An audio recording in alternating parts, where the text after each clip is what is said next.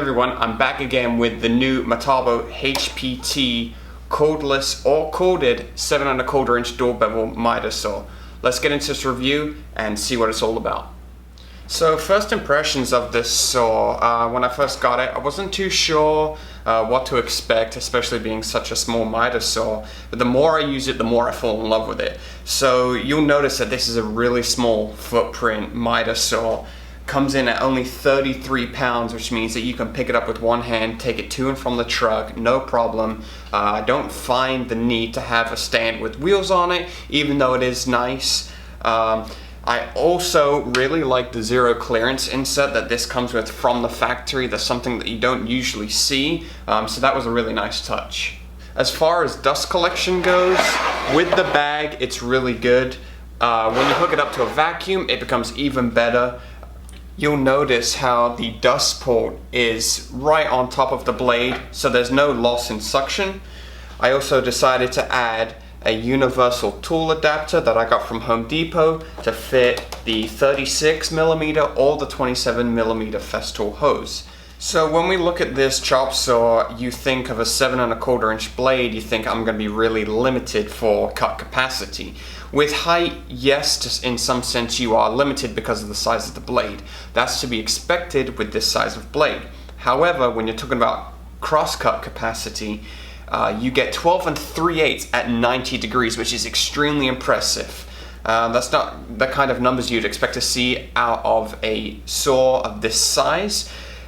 I also get 12¼ inches of cut capacity at 45 degrees. Again, this is extremely impressive considering the size.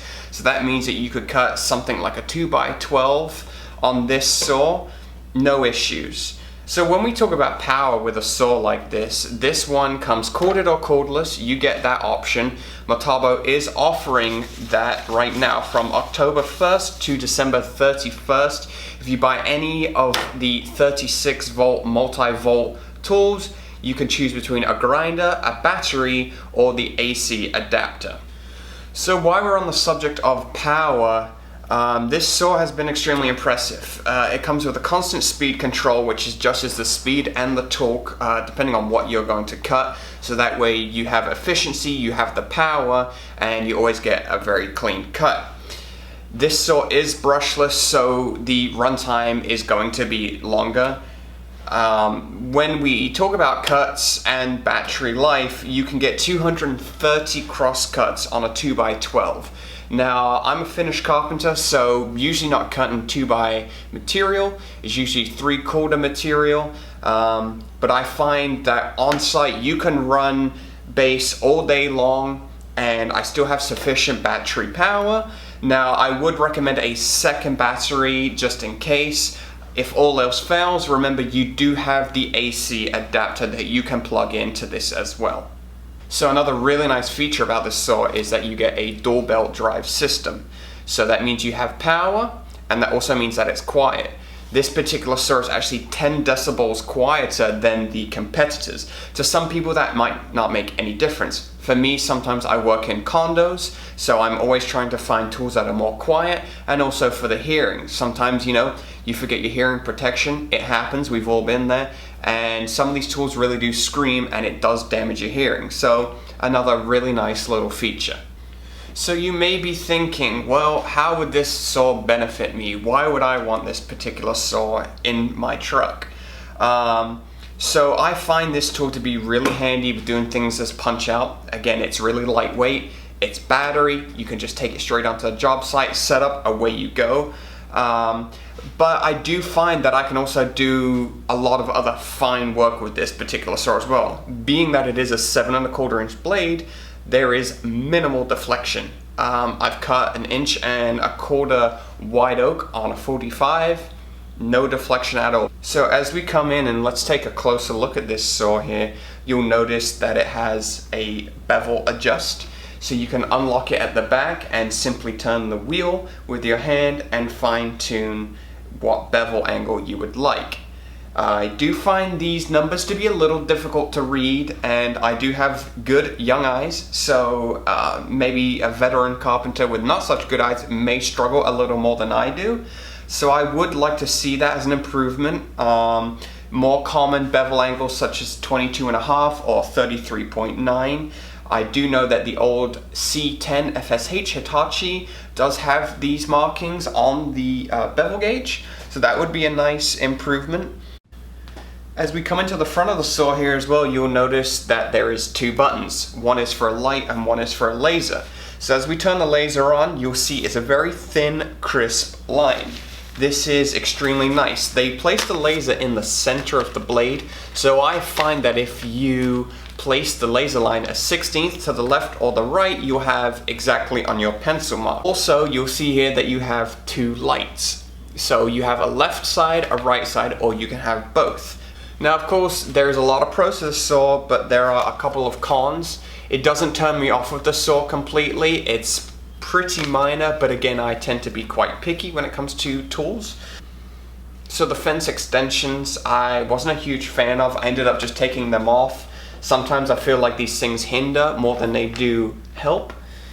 You'll also notice, because this saw is such a small footprint, I do believe it needs to be on some kind of a stand. So you'll find that it can be a little bit unstable at times. There is a foot underneath to adjust this and keep it more stable, but then again, it comes harder to then change the angle because it rubs against the work surface. And finally, again, like I mentioned before, would be the height capacity. For me as a finished carpenter, I'm not cutting 4x4 and bigger material, so this is not a hindrance to me. However, if you're cutting larger stock material, then yes, you will want a bigger blade size. So where does this saw stand against its competitors, against the other 7¼ inch miter saws? I have tested out the DeWalt 20 volt. I find it to be severely underpowered, but then again, it's a 20 volt platform. So that's kind of to be expected, as this has a 36 volt. I did get to test the Milwaukee 7¼ inch miter saw. I did like it for the most part, but I did find some accuracy issues. Trying to get it dialed in to get it just right, I didn't feel like I could do very fine work. Now, the DeWalt comes in at $369.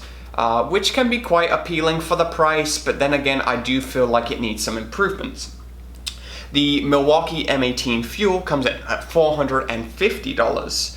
Again, with the accuracy issues, it just kind of had me put off. Now, the MetaboHPT saw comes in at $1,200. And I know your first thought, wow, that's a little high. And straight off the bat, you may think that. The more that I use this miter saw, the more I see its value. It's very smooth, it's very accurate, and I find that it makes me more efficient, which can make me more money on the job site. This particular saw does come with a 5-year warranty, which is extremely good, as we all know how much abuse these saws can go in and day out on the job site. Now, as for the price of $1,200, this saw is made in Japan. So I know that there's accuracy and quality in mind, just like the older C10 FSH. I did try and ask for a pricing structure on this saw, which I didn't receive, so I can't go into full detail. However, the more that I use this miter saw, the more I find that it's worth the $1,200. Now, with this MetaboHPT saw being $1,200, they did ask me to do a comparison with the Festool Kapex, which comes in around $1,400. Now, some of you might think I'm absolutely crazy for comparing such two tools. However, I do think the Metabo does stand quite a good chance in some areas, and the Kapex takes in other areas. So let's take a closer in-depth look. So as far as accuracy goes, we all know that the Kapex is known for its superior dust collection, it's known for the top-notch quality, and it's also known for its accuracy. So both of these saws do have lasers. I do prefer the Festool laser, being that it's dual. I can actually line up my cut entirely. I can see where the blade is going to go from beginning to end. Not a huge difference between the two lasers, but it just has that edge over it that I prefer. Dust collection, another huge thing for me. Nobody wants to breathe in the dust, and especially if you're in a finished home, I try to have the best dust collection possible. Even if you're outside, I do not want to make any mess whatsoever. The dust collection from the Kapex is good with a 36mm hose. With the 27, it's a little bit debatable, let's say. With the Metabo HPT, Again, same thing, the bigger diameter hose, you're going to have better dust collection. I do find that the collection on the Metabo is extremely good as well. I would almost say, in some sense, and call me crazy, but I think that the Metabo has better dust collection than the Kapex. Now, another big thing is the machining of the parts. The Kapex does have the bigger rails to slide on, and the base, the machining of the base. Now, I'm not going to go into full depth about this. I like to do tests and say, hey, how is it going to cut? How is it going to perform? When I'm on the job site and I'm cutting stuff, is it going to do it accurately? Is this something that I can bring into the shop and build fine furniture with? So if you'd like to go into extreme depth, you can head over to the Building Guru, where he takes out his feeler gauges and he goes absolutely wild on the Festool Kapex and on the Metabo HPT saw. Now, while we're comparing these, another thing is power. The Festool Kapex has always lacked a bit of power, and we know this. However, I will always say that I'm here for the precision, I am not here for the power. The Metabo definitely has more power in the corded or the cordless range. Again, the blade is smaller, so there's less resistance. Both of these saws, however, do have fantastic accuracy, so you can guarantee that when you bevel these at a 45-degree angle, you're going to get exactly 45 and 90. It's going to be nice and square, no deflection. Now, when it comes to bevel adjustment on these two saws, I do like the Metabo HPT with the wheel. It's quite nice. However, I believe Festool does have the edge. You can simply flip up the back here, and you can turn left or right with this and clearly see the numbers. I find no issue in dialing in a 1/4 of a degree even so with the Festool. Metabo HPT didn't exactly have all the room in the world to mess around too much, as there is quite a small footprint.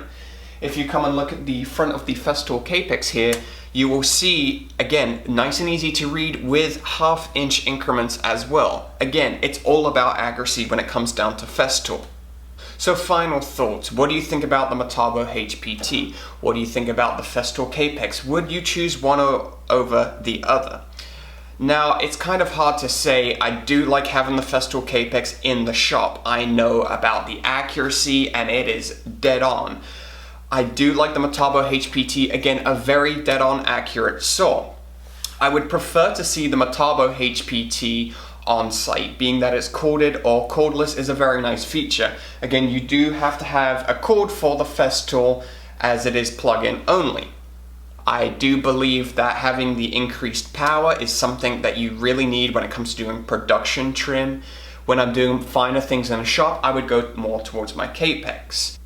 Now, another nice thing to remember as well is that a lot of Metabo HPT's tools are now corded and cordless. This features tools such as the table saw, things like the grinder. Again, these are all very nice things to have, and you really appreciate the cordless fact once you get a hold of it. So if you enjoyed this review, please let me know in the comments section. If you have any questions at all, again, leave a comment, let me know what you guys think. Find me on Instagram, there's more footage of both of these saws in action.